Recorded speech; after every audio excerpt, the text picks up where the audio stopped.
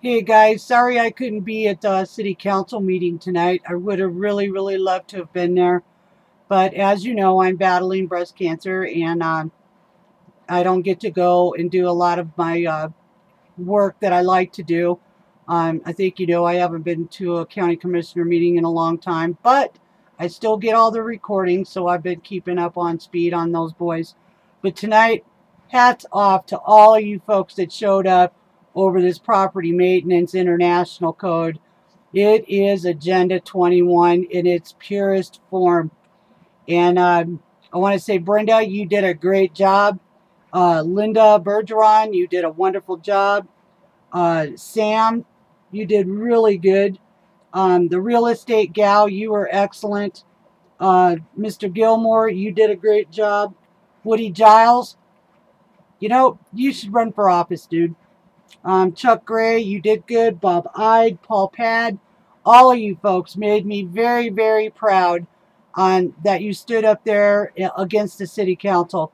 I do have a few bones to pick, especially with Judge Huber. Now, come on, Mr. Huber. You were a judge for how many years? You know all about the Fourth Amendment and search warrants. To try to pass this international property code thing goes against everything in our Constitution. Not just the fourth, the fifth, the 12th. It was so overreaching that most of you guys probably would have been voted out had you done this. So you better thank your lucky stars that Chris Walsh caught this, Jesse Morgan caught this, and Sean Johnson caught this, and the folks in the audience caught this. Not that you made it real easy for them.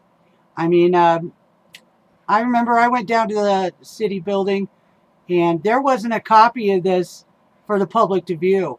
And I'm glad some of you folks brought that up tonight, because you can't pass something if nobody's seen it. You know, and I think I have to give it off to Michelle Simbrowski. We have to pass it like a Pelosi bill. That was just priceless.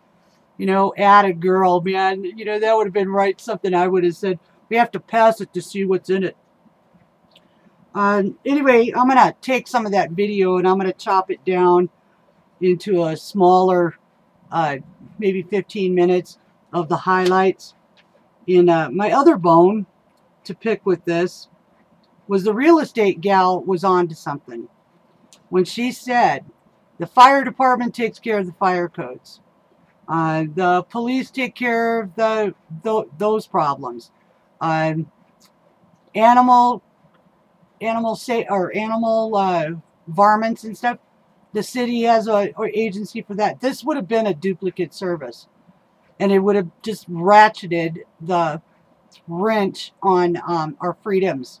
So I'm glad this failed. And Mr. Huber, that was really sad.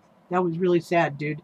Especially since you know, and I think one of the gals brought this up. It might have been Brenda or Linda. But that didn't have a choice of picking and choosing pieces out of it.